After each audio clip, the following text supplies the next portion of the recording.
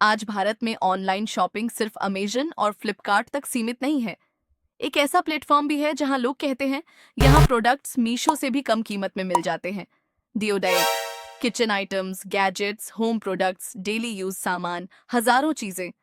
लेकिन सवाल ये है, जब बाकी कंपनीज डिस्काउंट देकर स्ट्रगल करती हैं, तो डिओडाप इतनी कम कीमत पर बेचकर पैसा कैसे कमाता है? क्या इसके पीछे सिर्फ सस्ता माल है, या फिर एक ऐसा बिजनेस मॉडल है जिसे लाखों छोटे सेलर्स इस्तेमाल कर रहे हैं?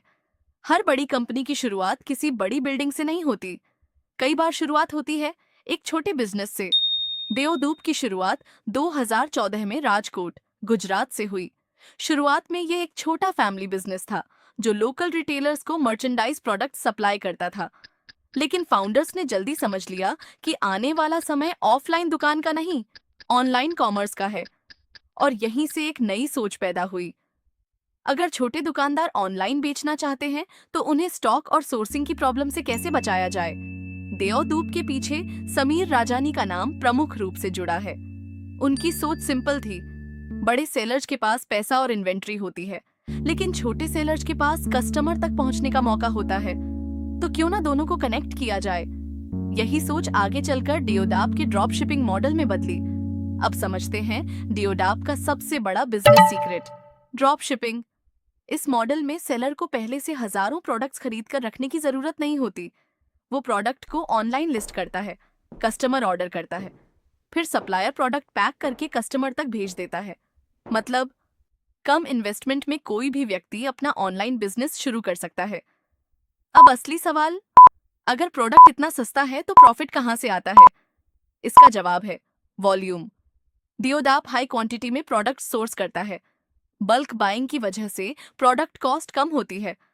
फिर छोटे मार्जिन पर ज्यादा ऑर्डर्स प्रोसेस किए जाते हैं। यही वॉलमार्ट और कई बड़े रिटेल बिजनेसेस का भी बेसिक प्रिंसिपल है, कम मार्जिन, ज्यादा वॉल्यूम। देओडाप ने लग्जरी प्रोडक्ट से शुरुआत नहीं की। इसने उन चीजों को चुना जिनकी डिमांड हर घर में होती है, क्योंकि भारत का सबसे बड़ा मार्केट है मिडिल क्लास कस्टमर। मीशो ने इंडिया में सोशल कॉमर्स और रीसेलिंग को पॉपुलर बनाया। डिओडाप का फोकस ज्यादा होलसेल सप्लाई और ड्रॉप शिपिंग इकोसिस्टम पर है। धीरे धीरे डिओडाप ने अपना कैटलॉग बढ़ाया। कंपनी के अनुसार आज ये 35+ कैटेगरीज और हजारों प्रोडक्ट्स के साथ काम करती है और रीसेलर्स / ड्रॉप शिपर्स को सप्लाई करती है। कंपनी ने अमेजॉन, फ्लिपकार्ट, मीशो जैसे मार्केट प्लेसेस पर भी सेलिंग प्रेजेंस बनाई। डिओडाप ने सिर्फ सस्ते प्रोडक्ट्स बेचने का काम नहीं किया, बल्कि लोगों को अपना छोटा ऑनलाइन बिजनेस शुरू करने का मौका भी दिया। सहेली मॉडल के जरिए महिलाएं और छोटे सेलर्स बिना ज्यादा इन्वेस्टमेंट और स्टॉक रखे प्रोडक्ट्स बेच सकते हैं। डिओडाप प्रोडक्ट सोर्सिंग, पैकिंग और डिलीवरी संभालता है, जबकि सेलर कस्टमर तक प्रोडक्ट पहुंचाने और सेल्स पर फोकस करता है। यानी एक ऐसा मॉडल जहां कंपनी और छोटे एंटरप्रेन्योर्स मिलकर एक पूरा ई-कॉमर्स नेटवर्क बनाते हैं।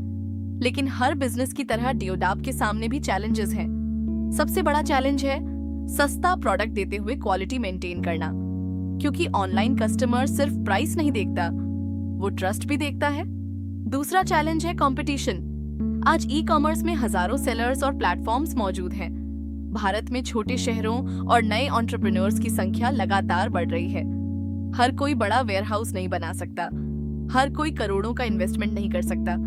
यही डिओडाप जैसे मॉडल्स की जरूरत पैदा होती है। अगर ये कंपनी सिर्फ सस्ता बेचने से आगे बढ़कर स्ट्रॉन्ग ब्रांड ट्रस्ट बना पाती है, तो इसका फ्यूचर काफी बड़ा हो सकता है। डिओडाप की कहानी हमें बताती है, कभी कभी बड़ा बिजनेस बनाने के लिए नया इन्वेंशन जरूरी नहीं होता। कभी कभी लोगों की पुरानी प्रॉब्लम का बेहतर सॉल्यूशन ही काफी होता है। और यही है देओदूप की कहानी, एक छोटे राजकोट बिजनेस से लेकर ई कॉमर्स इकोसिस्टम तक का सफर। आप कौन सा ऑनलाइन प्लेटफॉर्म यूज करते हैं? आपको क्या लगता है सस्ता माल अच्छा हो सकता है? अपनी राय कमेंट में दें।